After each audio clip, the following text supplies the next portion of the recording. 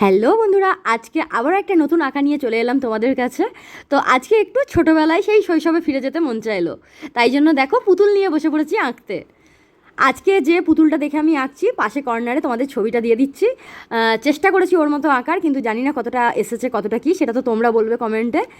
আর আমি কিন্তু অতটা পারফেক্ট আঁকতে জানি না বন্ধুরা, আগেই বলে দিচ্ছি। আমি চেষ্টা করি, অনেক দিন পর পেন্সিল ধরেছি, তাতে যে কিছুটা তোমাদের সামনে নিয়ে আসতে পেরেছি, এটাই আমার কাছে অনেক বড় ব্যাপার। তবে তোমাদের সবার ভালোবাসা এবং আশীর্বাদ থাকলে আমি নিশ্চয়ই একদিন পারফেক্ট ওই রকম জায়গায় পৌঁছে যাব, যেদিন পুরোটা একদম হুবহু নামাতে পারবো। তো তোমাদের কেমন লাগলো আজকের আঁকাটা অবশ্যই কিন্তু তোমরা কমেন্টের মাধ্যমে জানিও বন্ধুরা। তোমাদের যদি ভালো লেগে থাকে একটা লাইক করে যেও, তোমাদের একটা লাইক একটা কমেন্ট আমাদেরকে অনেকটা মোটিভেট করে নতুন ভিডিও বানানোর জন্য। আর এমনিতেই তো এই গোটা পড়ে গেছে বন্ধুরা, তার কারণ হচ্ছে ভালো কন্টেন্ট নেই সেটা তো বলবো না।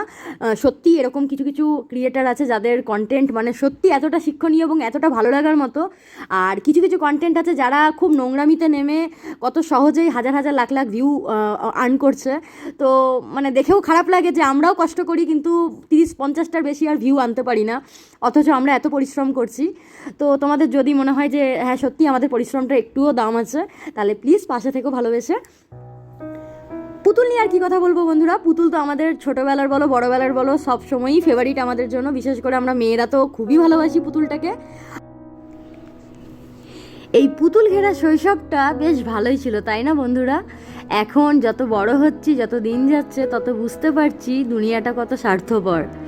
তখন বেশ কল্পনার জগতে থাকা, পুতুল নিয়ে খেলা, খেলনাবাটি নিয়ে খেলা, জগৎটাই আলাদা ছিল, তাই না?